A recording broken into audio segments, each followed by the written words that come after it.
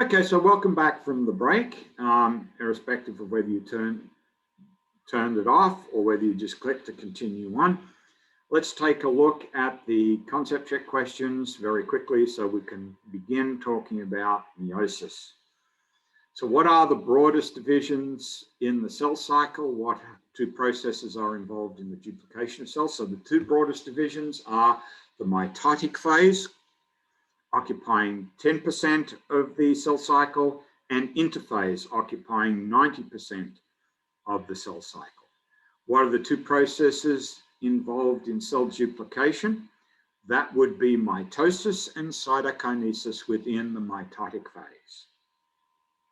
What differentiates a benign tumor from a malignant tumor? Well, remember, a benign tumor is growing at the point of origin of the tumor. It is the single tumor mass.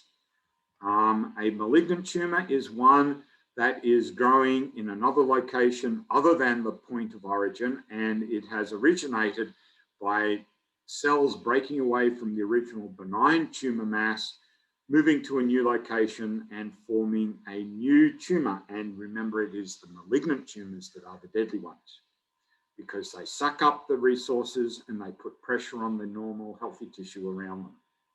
They don't obey the density-dependent inhibition signal. So how do we account for a slime mold? How can you get a large cytoplasmic mass with multiple nuclei in there? Well, remember, the distribution of nuclei to the daughter cells is as a consequence of cytokinesis. So what if you get a change in the cell so that you get mitosis, which is, remember, is division of the nucleus, without cytokinesis, which is division of the cell to give rise to the two daughter cells. If you allow mitosis without cytokinesis, that gives you a cell with the potential of a cell with multiple nuclei. And that is, in fact, what goes on in the cells of the plasmodial slime mold. There is multiple rounds of mitosis, ongoing mitosis, that gives rise to multiple nuclei, but there is never cytokinesis. So the cell just simply keeps growing and growing and growing. The amount of cytoplasm keeps increasing and increasing. You just never get any cytokinesis to subdivide it up into smaller cells. Kind of cool organism.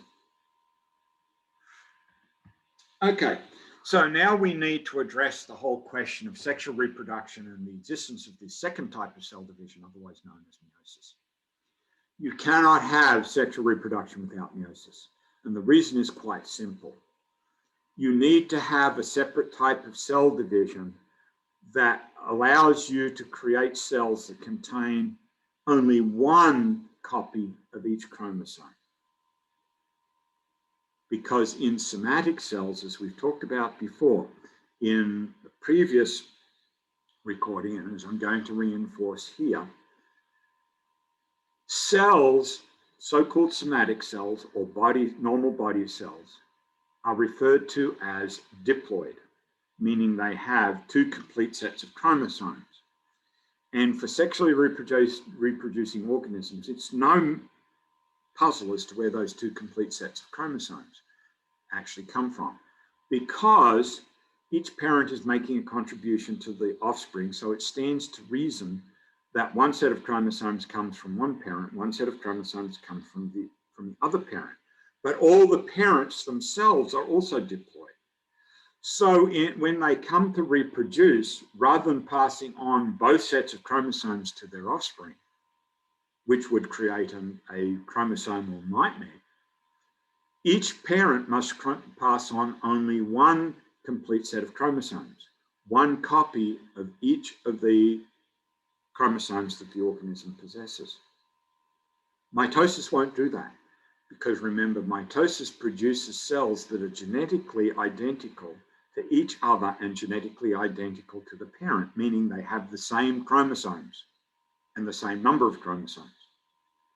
So we really do need a different type of cell division, and meiosis fits the bill for that different type of cell division.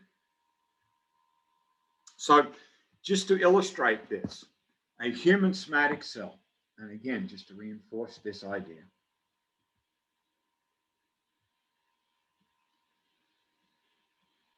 it's diploid.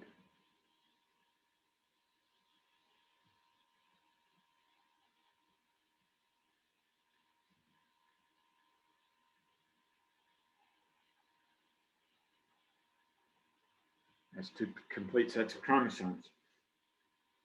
We know that it has 46 chromosomes. That's a number that most people are familiar with. You probably have heard that number before somewhere along the way. So this is, our diploid number is 46 chromosomes. If we were to use somatic cells for reproduction,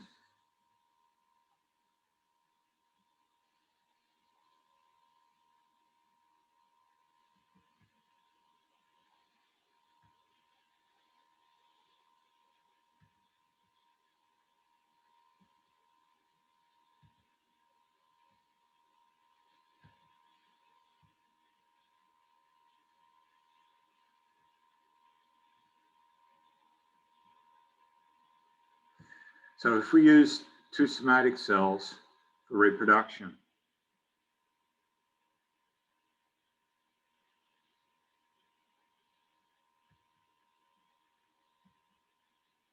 we get a total of 92 chromosomes in the offspring.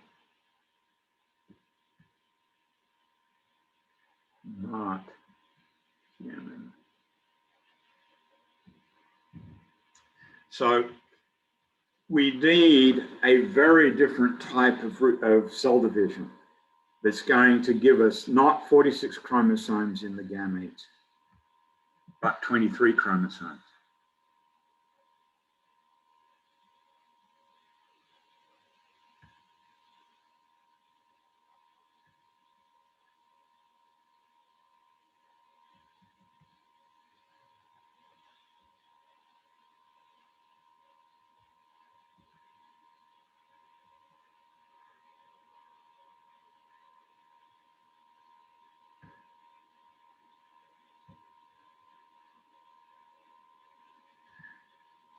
So these are the numbers for humans. We'll talk in more generalized terms as we get through this. How do we know that there are actually 2 complete sets of chromosomes? We can demonstrate this through a process called karyotyping. So here's the karyotype of an individual. This individual happens to be male. And the reason why is because gender, biological gender, is determined by a pair of chromosomes called the sex chromosomes. And you can see the sex chromosomes of this individual sitting here.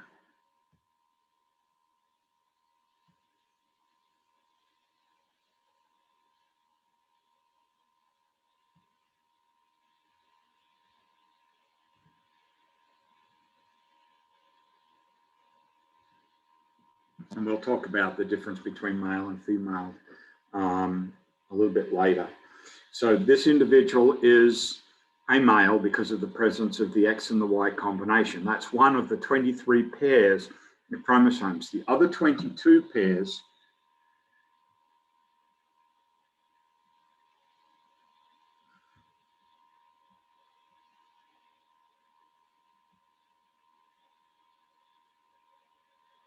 these are called autosomes. And as you can see, each chromosome has a matching partner. Now, when we look at these matching partners, what we notice is that each chromosome in the pair is identical in size, identical in the location of the centromere. If we use colored stains to stain them, the staining patterns on each of the partners is exactly the same. And we refer to these as homologous. So the prefix homo means the same. So homologous chromosomes, these are chromosomes that are the same.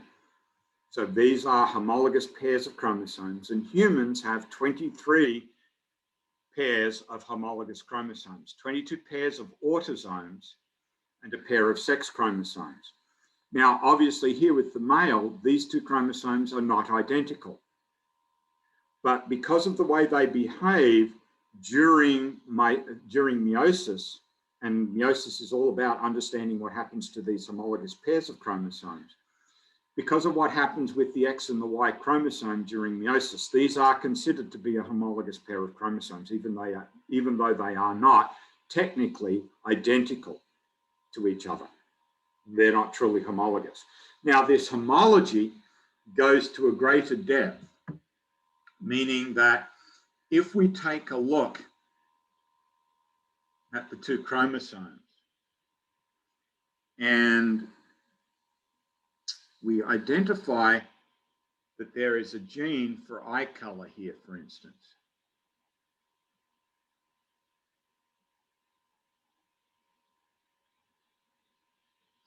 In the same location on the matching partner, the matching homologous chromosome, the same gene is found.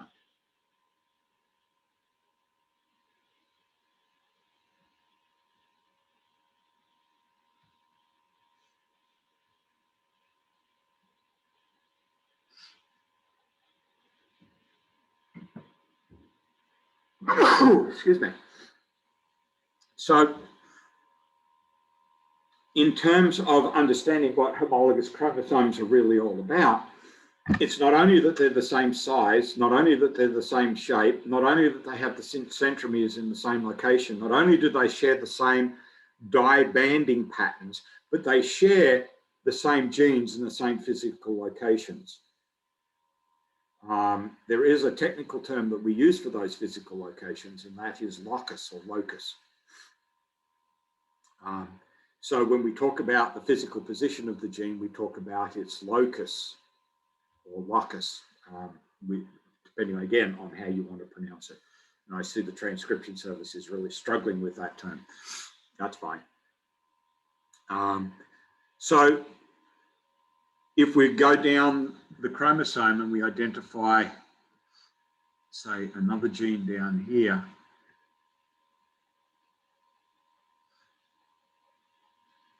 as a gene for hair shape,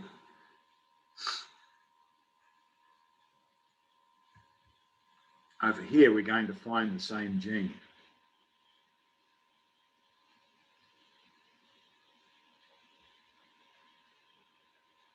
And this is what we mean by homologous chromosomes. Same size, same shape, same location of the centromere, same banding pattern if we use colored dyes, same genes in the same locations. Now, there can be, and often is, a subtle difference between the chromosomes, and that's in terms of the version or the flavor of the gene. And eye color is a really good way of exemplifying this. So you know that there are different types of eye color. So there's a brown eye color, a blue eye color, green eye color, hazel eye color, and so on. And each one of those is the product of a gene. So if we assume that eye color is the product of a single gene, it's not, but for the purpose of the argument here, let's say that it is. Well, that means there must be a version of the eye color gene for brown, a version for blue, a version for green, a version for hazel, and so forth. There must be different versions of the same eye color gene.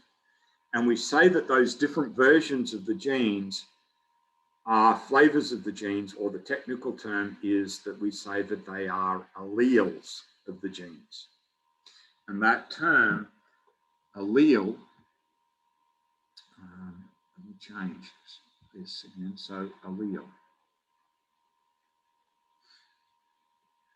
Version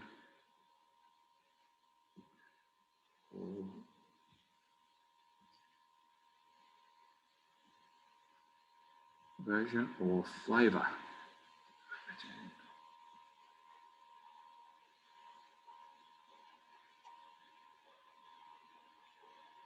And that's where there can be differences between the homologous chromosomes. The fact that while they may have the same gene in the same physical location, the flavor of the gene or the version of the gene or the allele of the gene that's present can be different. And this is where we start to think about the origin of genetic variation. Now, we're not going to spend a lot of time talking about alleles in this chapter, but we're going to spend a whole lot more time talking about alleles in the next chapter. But I want to introduce you to the term now, because the sooner you learn about the term and get comfortable with using it, the easier it is for you to remember. So it's all about understanding the behavior of these homologous genes that is at the heart of understanding meiosis. So we've talked about this idea. The only thing that I haven't told you is what the female combination is. So I've already told you the male is an X and a Y. In females, they have two X's, and therefore they are truly homologous.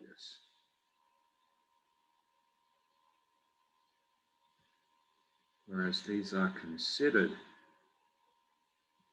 homologous, even though they're not identical.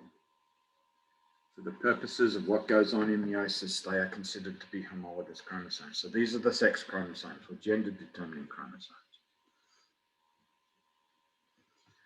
So we know what the general life cycle of mammals, including humans, is. We have two parents. The process of meiosis is going to produce the reproductive cells, the egg and the sperm. They're going to come together at fertilization to form the zygote. The zygote is then going to divide by mitosis to give rise to the adult form.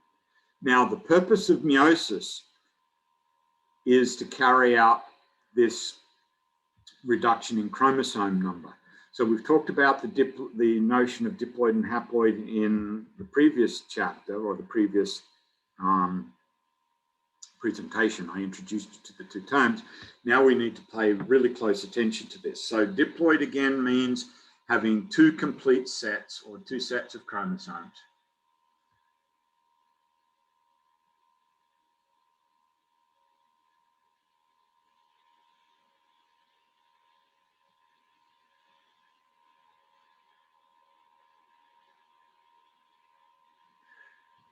And haploid means one set.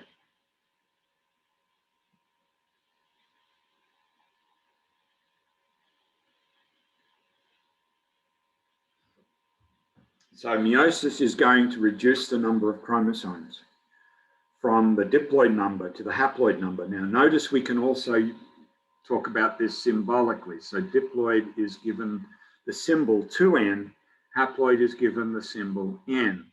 So the purpose of meiosis is to go from diploid to haploid, to go from 2n to n. And you really do need to start thinking in terms of the generalized situation. Can you think in terms of humans from 46 to 23? Yeah, you can do that. But if I don't ask you about human numbers, if I ask you about another organism, for instance, that has a different number of chromosomes, if all you know is 46 and 23, you're going to have difficulty figuring out how to answer the question. You're much better off understanding the distinction between diploid and haploid, 2n and n, and thinking in general terms rather than specific terms. Just putting that out there, because it really does make it easier to think in terms of the generalized terms. It means that you're not going to have any difficulty dealing with any questions that I might choose to ask you in the exam, or any of the questions that you might encounter in mastering biology or anywhere else that you may look to test yourself and evaluate your knowledge. So get comfortable with the idea of diploid and haploid, and n and 2n, or 2n and n. So if we think in terms of having to reduce the number of chromosomes, clearly the way we go about doing that cannot be through the process of mitosis, because most mitosis creates cells with the same number of chromosomes. So clearly, meiosis cannot be mitosis. It's got to be something different. But there's an added problem to this, because this is still cell division. And it means that before the cells divide, during the interphase period, before the cells undergo meiosis, the chromosomes are going to get copied. And so at the beginning of meiosis, each chromosome is actually going to be a duplicated chromosome with two sister chromatids. And that means that we have an issue, because remember, each of those chromatids is a potential chromosome. So if you've got 46 chromosomes,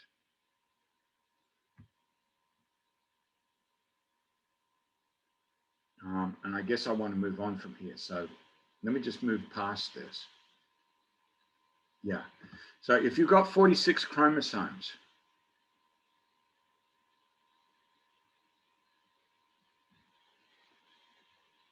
this will be a good place to put it.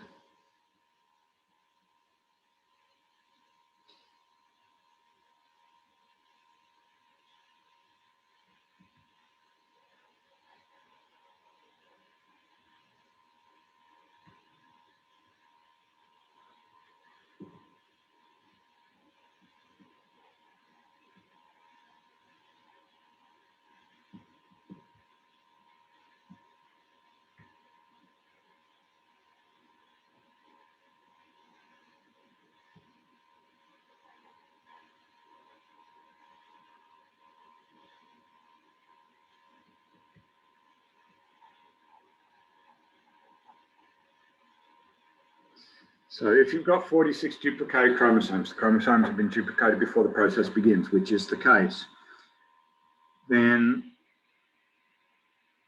each chromosome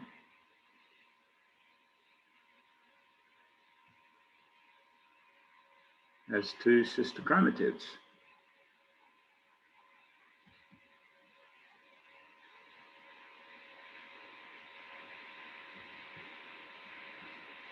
Which become chromosomes when separated.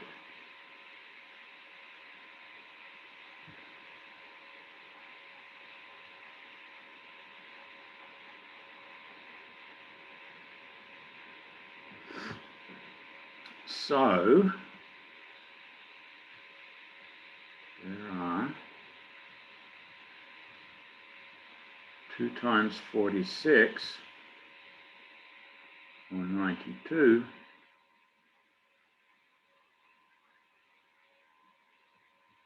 potential chromosomes.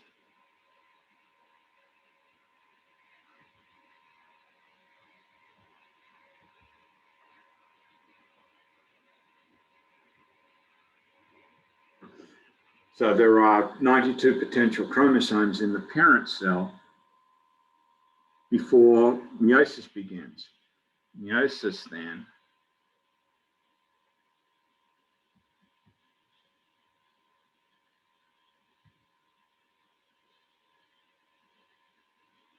requires 2 divisions.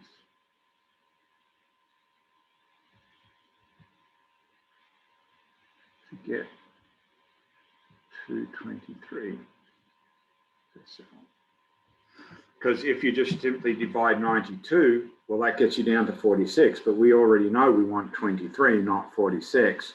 So if you divide 92 by 2, you get down to 46, but then if you divide 46 by 2, you get down to 23. So it turns out that meiosis has to be a 2-stage division. So prior to meiosis beginning, during the interphase of the cell period, chromosomes get duplicated. So each chromosome consists of 2 sister chromatids when meiosis begins. During the part of meiosis known as meiosis 1, the first part of meiosis, we actually separate the homologous pairs. So here you can see the 2 homologous pairs color-coded so you can see the difference between the 2. And in meiosis 1, we separate the homologous pairs, one member of each pair going to a daughter cell. These chromosomes, however, still consist of 2 sister chromatids, and we need to separate those sister chromatids. So meiosis 2 is all about separating the sister chromatids. But because that's the case, it looks just like mitosis.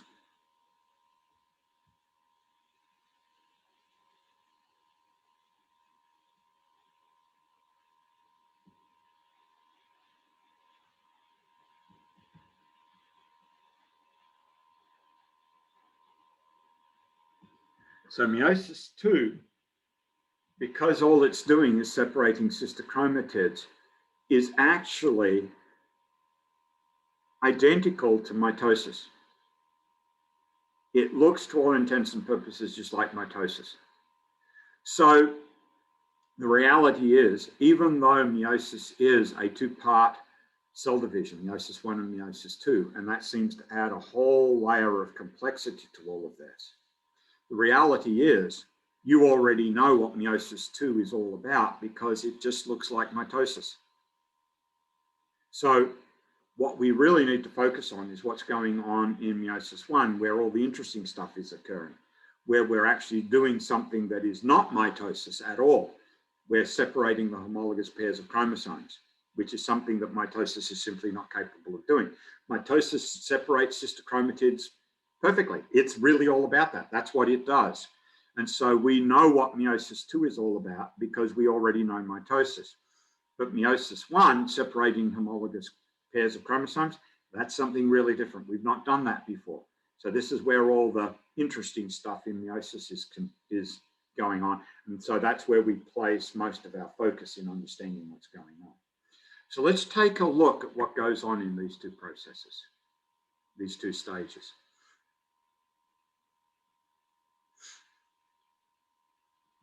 So the first thing to remember is PMAT rules. So if you remembered PMAT from mitosis, prophase, metaphase, anaphase, telophase, then that's good because PMAT rules here again. We have prophase, metaphase, anaphase, and telophase. But because we have prophase, metaphase, anaphase, and telophase in both stages of meiosis, meiosis 1 and meiosis 2, we call the stages in meiosis 1 prophase 1, metaphase 1, anaphase 1, and telophase 1 to indicate that they are part of meiosis 1.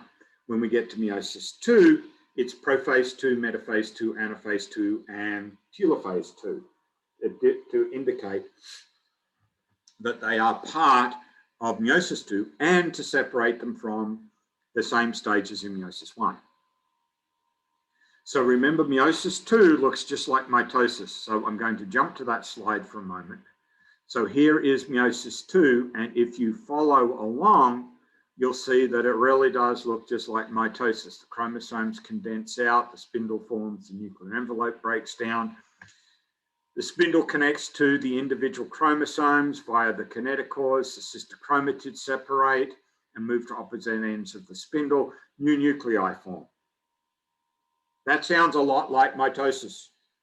The only difference is that here, instead of a single cell passing through the stages, we've got two cells that are the product of meiosis 1.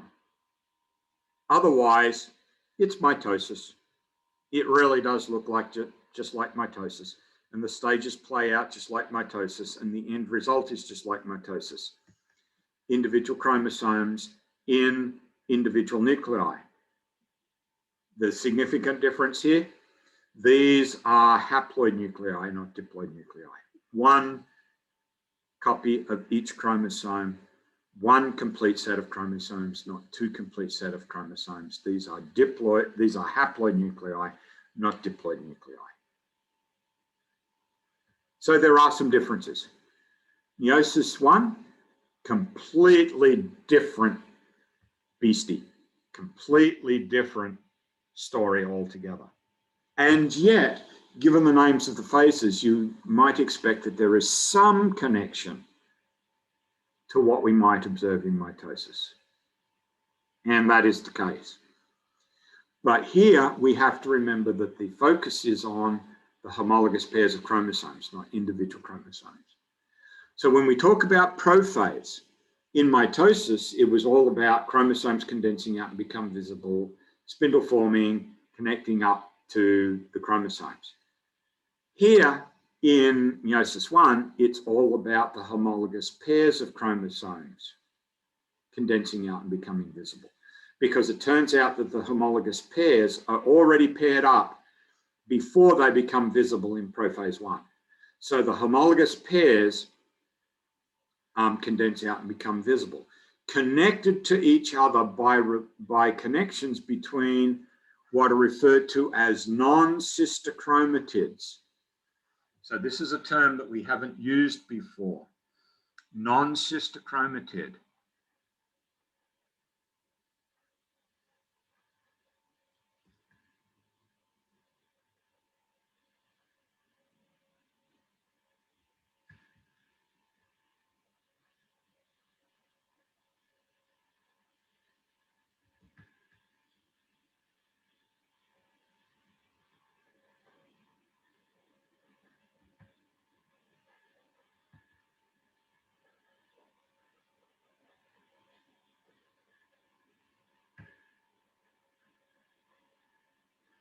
So non-sister chromatids, remember sister chromatids are the two chromatids in the same chromosome. Non-sister chromatids are chromatids in two different chromosomes, in this case specifically the two different homologous chromosomes in the homologous pair. There are connections between those. They are called chiasmata or chiasma, and the connections are called synaptonemal connections or synaptonemal complexes. Big names, fancy names. You don't need to know those. But you do need to understand that these connections exist between the homologous partners via the non-sister chromatids. Just as we have the centromeres holding the sister chromatids together, we have these connections between the non-sister chromatids holding the homologous partners together so they can be moved as a unit, because initially we want the homologous pairs to be moved together as a unit. So during prophase 1, the homologous pairs condense out, held together by these connections between the non-sister chromatids. The nuclear envelope breaks down. The spindle then connects to the kinetochores of each of the homologous partners. So one homologous partner is connected to one end of the spindle, the other homologous partner is connected to the other end of the spindle. These microtubules then jostle the pairs around until they line up on the metaphase equator in metaphase 1. So the homologous pairs are lining up on the metaphase equator in metaphase 1. And notice how they line up. Each pair lines up independently of the other pair. So this one lined up with the red on top, the blue on the bottom. This one lined up with the red on the bottom and the blue on the top. Each of these could have come in exactly the opposite way, or they could have come both with the red on top and the blue on the bottom, or both with the blue on the top and the red on the bottom. In fact, for these two pairs of chromosomes, there are 4 different ways they could have lined up here. So there are 4 different independent arrangements of the chromosomes, and that's important to remember.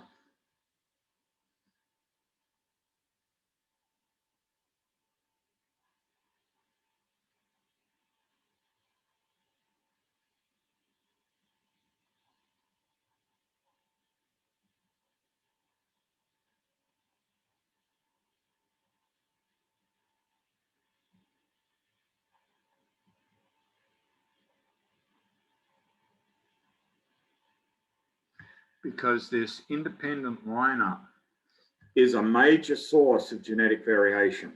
We'll talk more about that after we get through the stages of meiosis. Then in anaphase 1, remember in anaphase, in mitosis, it's the sister chromatids that separate, but our focus here is on the homologous pairs. So in anaphase 1, it's the homologous pairs that separate. So one member of the homologous pair goes to one end of the spindle, the other member of the homologous pair moves to the other end of the spindle. And this is where we actually do the reduction in chromosome number, because we've gone from the two pairs of chromosome, or the pair of chromosomes lined up here, to one member of each pair at each end of the spindle. So when the nucleus forms up in telophase 1, at the end of meiosis 1, each of the resulting nuclei now contains one copy of each chromosome, because we've separated the two pairs. So we've gone from diploid to haploid. So at the end of meiosis 1, we've got 2 haploid cells.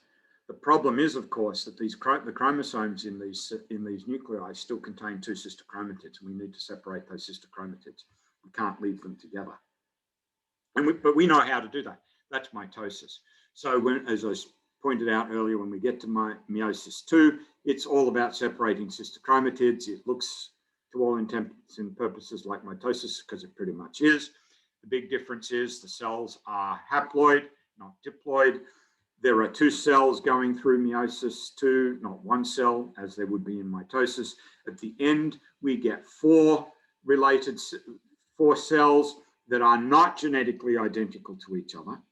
They are genetically different from each other. And they are all haploid rather than being diploid, so they're not genetically identical to the parent cell either. So there are some significant differences here. So remember, in meiosis 1, it's all about the homologous pairs. The homologous pairs condense and become visible during prophase 1 and engage with the spindle. It's the homologous pairs that line up independently on the metaphase plate. It's the homologous pairs that separate during anaphase 1, and it's the individual copies of the chromosomes, the haploid numbers of chromosomes that now get incorporated into the nuclei of the resulting cells. These cells will then go on and complete meiosis 2. Each cell passes through meiosis 2. Again, it looks like mitosis. You wind up with 2 haploid cells from this parent cell, 2 haploid cells from this parent cell. So a total of 4 haploid cells that are not genetically identical to each other and not genetically identical to the original cell that started meiosis. So that's also very important to understand. So meiosis is somewhat different to mitosis. There are some clear points of difference that we can identify. And this animation that's available again in the resource page, just make a note of that.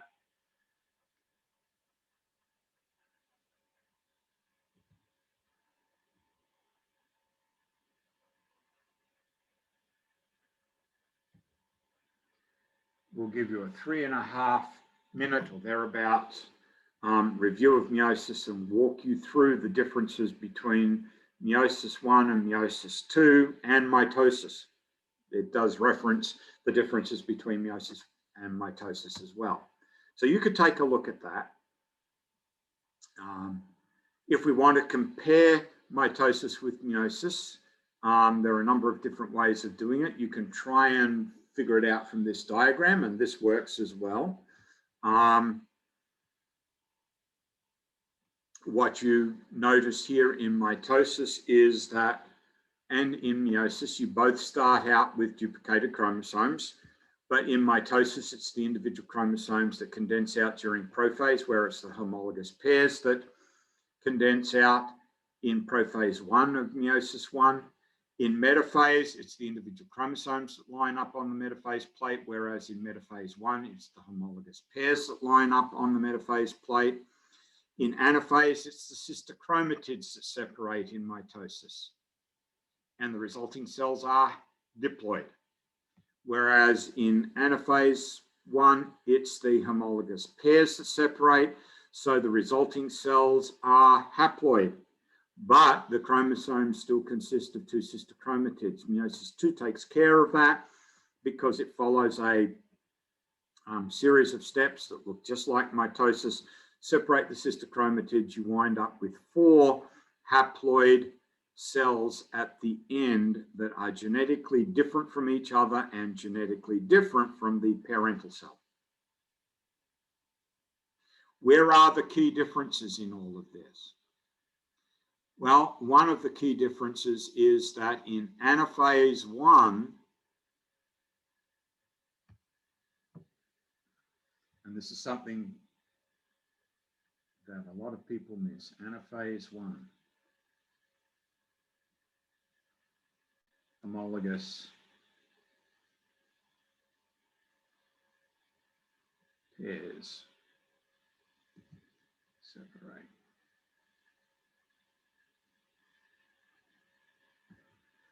In anaphase 2,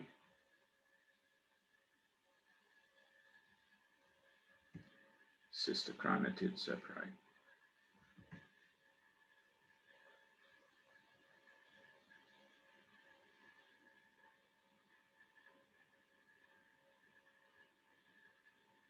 And this is something that a lot of people lose sight of when they're thinking about, well, what's the difference between meiosis 1 and meiosis 2? What are the differences between mitosis and meiosis, or mitosis and meiosis 1, or mitosis and meiosis 2? You need to remember that there are two anaphases in meiosis, and in anaphase 1, it is the homologous pairs that separate. In anaphase 2, it's the sister chromatids that separate. In anaphase of mitosis, it's the sister chromatids that separate. We never talk about the homologous pairs separating in mitosis at all. That doesn't come into it. So we've continually stressed, or I've continually stressed, that the power of sexual reproduction is that it creates genetic variation. So where do we see those sources of genetic variation? Well, it's all in meiosis 1, because remember, meiosis 2 looks just like mitosis, and mitosis does not create genetic variation. In fact, the whole point of mitosis is to create genetically identical cells. So if we're looking for a source of genetic difference, it's got to be something that is not mitosis, and that would be meiosis 1. So there are 2 points in meiosis where we see the source of genetic variation. This animation, again, available in the resource page, walks you through animations that show you that source of genetic variation.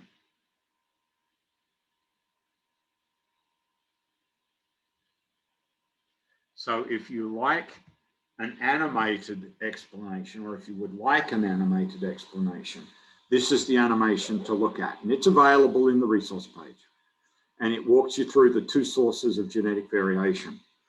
I'm going to also walk you through those in the next couple of slides, but obviously they're static. So if you would prefer the animation to explain it, by all means look at the animation, but maybe you want to look at both.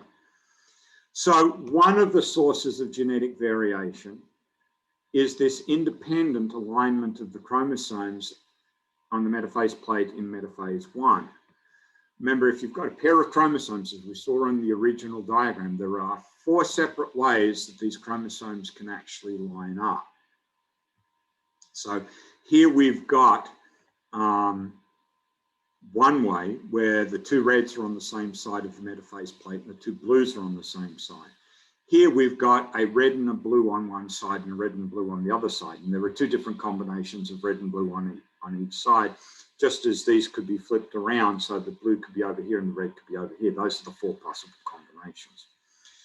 But these, where the 2 blues are on one side, the 2 reds are on the other side, are going to give 2 blues in this cell at the end of meiosis 1 and 2 reds in this cell at the end of meiosis 1, which are going to give blue combinations in these gametes and red combinations in these gametes. So here are 2 different possible combination of chromosomes in the gametes. In this case, we get this blue and this red together here, and this red and this blue together here, which gives these combinations, this red and this blue in these 2, this red and this blue in these 2, and these are different from each other and different from these. So there are 4 possible combinations. And in fact, there's a mathematical formula that allows you to figure this out. And the formula is 2 to the power n, where n equals the number of homologous pairs. So here,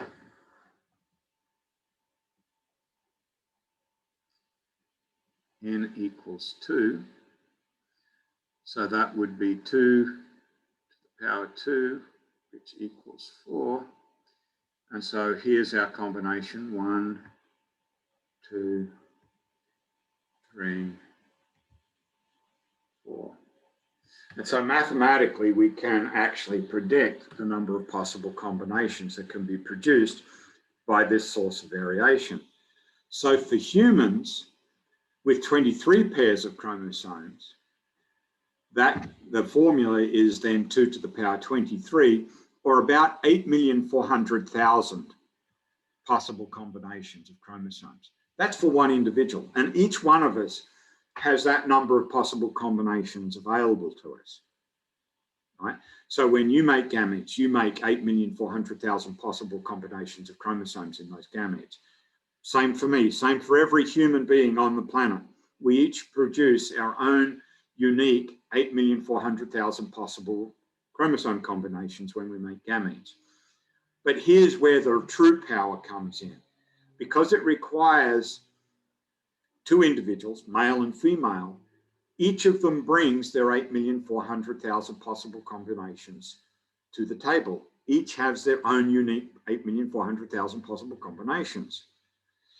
And when we then calculate the possible combinations of zygotes that those two individuals can produce, the number comes in at somewhere north of 64 trillion. So that means that when your parents had you, you're actually one of those 64 trillion possible combinations that your parents could have produced.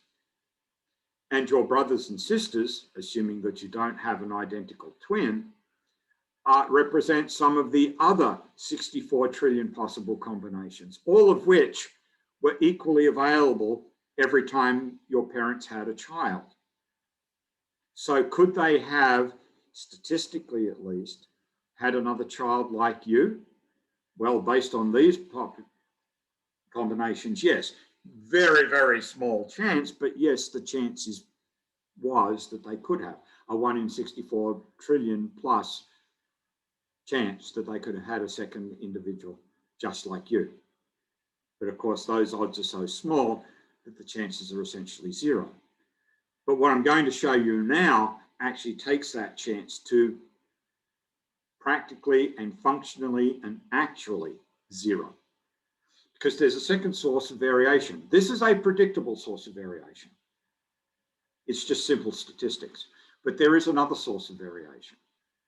And it comes as a consequence of this connection between the non-sister chromatids, a process that gives rise to a potential transfer of DNA between the two non-sister chromatids, a process called crossing over. That synaptic connection, that chiasma, that synaptic connection, allows for a direct transfer of DNA between the two non-sister chromatids, which means that as a consequence of crossing over, you now have combinations of DNA derived from the chromosomes from the two parents. So if we think in terms of the color coding, blue being, if I remember correctly, that's paternal, that's the male derived chromosome, and red is the female derived chromosome. So here we have a chromosome that is largely blue but contains some red. So it's largely from the father but contains some from the mother.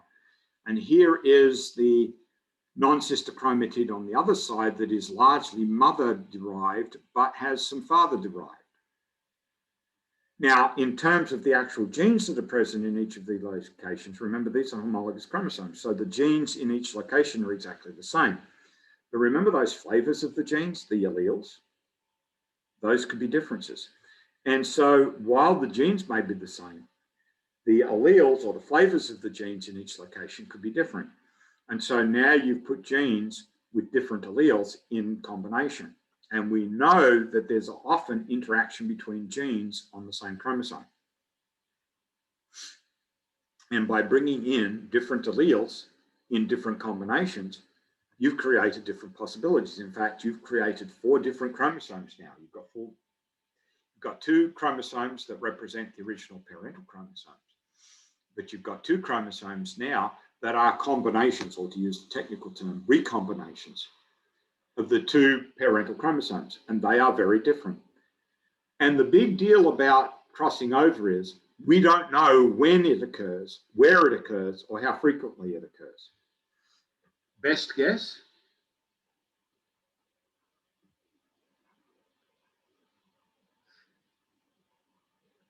crossing over occurs once per pair of chromosomes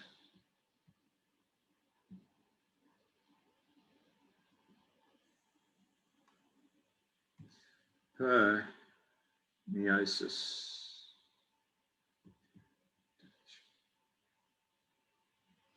That's our best guess. In fact, the only way that we can tell that it has actually happened is to look at the combination of traits in the offspring. And in fact, that's how the existence of crossing over was first discovered, not by seeing it happening in the microscope, but by some genetics experiments that produced some results that could only be explained by transfer of DNA between chromosomes, something that until that point in time was thought to be impossible and could not take place. But the results of the experiment said, yeah, it does take place. And crossing over basically changes the whole notion of genetic variation from a point, or from the point of being predictable through statistics, to being totally unpredictable. What possible variation can there be? An unlimited amount of variation. So while I said with the previous slide that you were one of about 64 trillion possibilities that your parents could have had, the real truth is that you are absolutely categorically, without question, genetically unique, because you're the product of a statistical variation, a 1 in 64 trillion possibility, layered over by the totally unpredictable variation as a product of crossing over. Which means, in essence, we can't predict how many various variations of offspring your parents could have had. So you're basically a one of a kind, at least at the genetic level, if nowhere else. And so the important thing to remember here is that you are a unique individual. A lot of people feel that modern science has reduced our individuality to being somewhat accidental and therefore of no great importance. The reality is that modern genetics underlines very boldly how unique you truly are. You are a one-of-a-kind individual. There has never been someone like you genetically ever before, and there will never be someone like you genetically ever again. It just is not possible, which means that whatever you do in your life, do something great and wonderful and marvelous, because only you can do that, because only you have the genetic combination that makes you you. That doesn't take into account all the other experiences that you're going to have over your lifetime that are going to shape you. But genetically, you are you, and there is never going to be anyone like you ever again. That means you have a unique opportunity to make an impact. Right? Relish that. Make something of it. Do something great and marvelous, because only you have the capacity to do what you can do. And so this animation, again, walks you through crossing over. And why crossing over is such an important source of genetic variation.